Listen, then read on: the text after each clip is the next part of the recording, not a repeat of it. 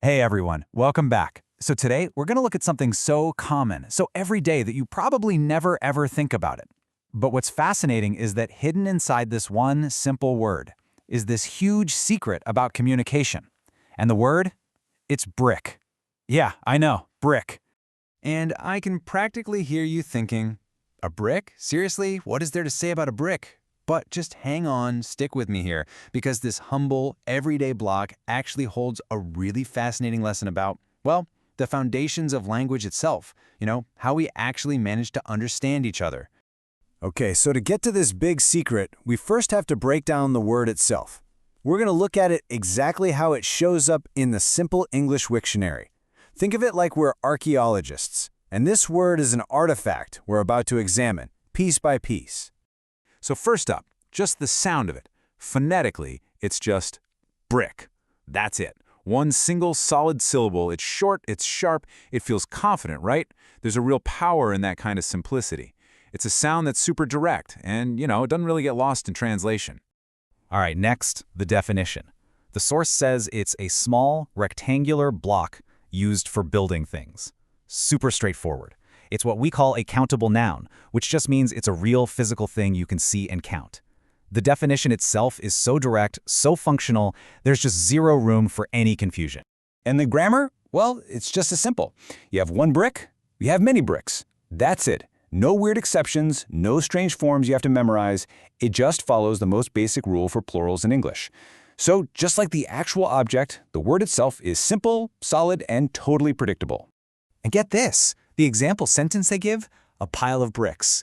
It's perfect, isn't it? You don't just read those words, you actually see it. It creates this instant, clear picture right in your mind. And that, right there, is what great communication is all about. Okay, so up to this point, everything's been pretty much what you'd expect, right? Simple word, simple object. But this is where the story takes a really cool turn, because hidden right there in plain sight on that same page is one tiny little clue that changes everything. I mean, we all know a brick is a building block, right? For walls, for houses, simple enough. But this dictionary page, it hints that brick is a building block for something way bigger. There's this one sentence, and it's so easy to just scan right past it, but it points to an idea that's so much more important than just construction. And here it is. This is the sentence. Brick is on the Basic English 850 list.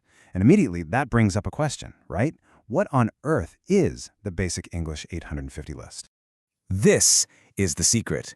This is what our humble little word has been hiding all along. See, brick isn't just a word. It's a member of a really exclusive club. And that club is built around this incredibly powerful idea called Basic English. And at the very heart of Basic English is this number, 850.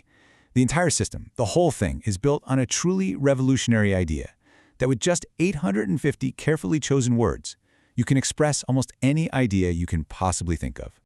So what was the point of all this?